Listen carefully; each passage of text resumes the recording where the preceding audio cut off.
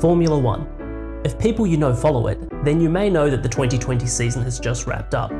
But if you're unfamiliar, it may just seem like overpaid people driving around in circles really fast. There must be something more to it, if it attracts hundreds of millions of fans and dollars from all around the world. So, let's step up from small talk on Formula One.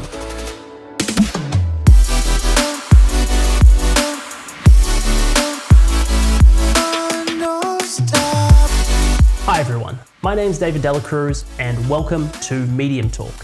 MediumTalk is all about giving you quick, sharp overviews of a whole bunch of different topics so that you can have deeper conversations with your colleagues, your friends, and your clients.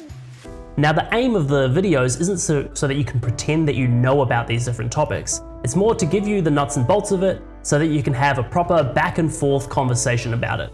That being said, let's get into today's topic, Formula One. Formula One is the highest tier of international open-wheeler car racing. Cars have a single seat and are powered by hybrid turbo V6 engines. There are generally 20 or more races held between March and December. Obviously this year with COVID there was less races in the calendar. There are currently 10 teams which are called constructors, but it has been as many as 13, each fielding 2 cars. The races take place over a weekend with practice sessions on Friday and Saturday morning, a Saturday afternoon qualifying session to determine the race starting position, and a race on Sunday afternoon. Drivers score points based on finishing position with 25 points for the race winner down to 1 point for 10th place. There's also a bonus point available for taking the fastest lap during the race. Constructors score the points total of their 2 drivers, so each season there is a drivers and a constructors champion crowned. Formula One celebrated their 70th anniversary this year. Before 1950 there was Grand Prix style racing in Europe, beginning in the 20s and 30s, but this was interrupted by World War II. It's called Formula One because all the cars must adhere to a certain design rules, which they call a formula. There's also Formula 2, Formula 3, Formula Renault, and other types of racing governed by the Fédération Internationale de l'Automobile, or FIA. But Formula One has always been the top of the pyramid. They've always pushed the limits of technological innovation, and the technical regulations have been updated several times throughout the years to make racing safer or to take advantage of new technologies. This has broken up Formula One into different eras, named mostly after the engine type that was in the car, like the V10 era or the current hybrid turbo era. Up until the 1990s, F1 could be very dangerous, with drivers being injured or even dying almost every year. But recently there's been very few serious accidents. This year we had a very serious accident with the driver Romain Grosjean, but he was pretty much fine after the crash.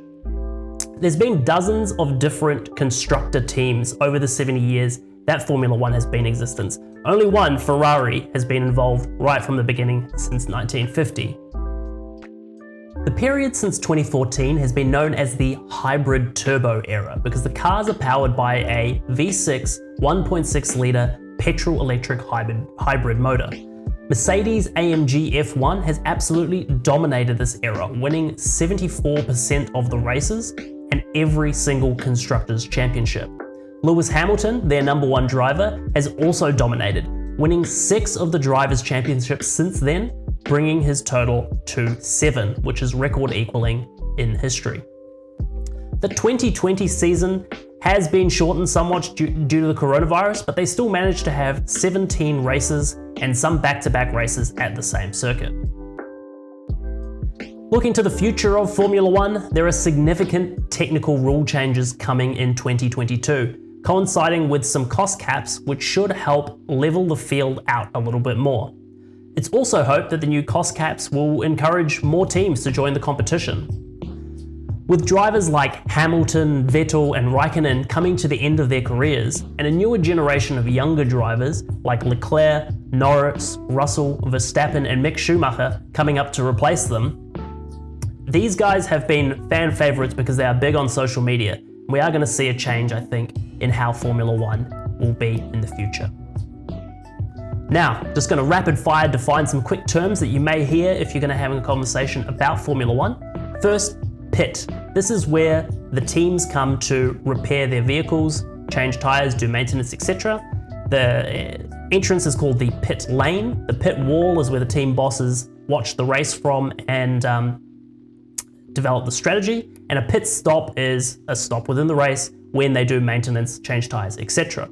The grid is what's called the formation, what the formation on the start of the race is called, when people park up on the racetrack in the positions that they have qualified in. And tyre compounds. Tyres are very important in Formula One. It's one of the big strategy components, which tyres you're going to use, because they have different performances and different longevities. So there's generally 3 different tyre compounds that vary in hardness, and the teams have to use different tyre compounds throughout the race. Now, if you do want to learn more about Formula One, there's some really great specialized Formula One YouTubers. I can recommend Chain Bear, who gives really good descriptions of some of the more technical aspects of Formula One. Josh Revell does some really amazing overviews of different Formula One drivers' careers. WTF1 and The Race give some really good highlights and news headlines that happen throughout the season and also in the off season. Well, that's it for my summary for Formula One. I hope you enjoyed it. Do let me know what other kinds of topics you would like me to cover in the future. And if you have any questions, hit them in the comments and look forward to chatting with you there. Thanks everyone, talk soon.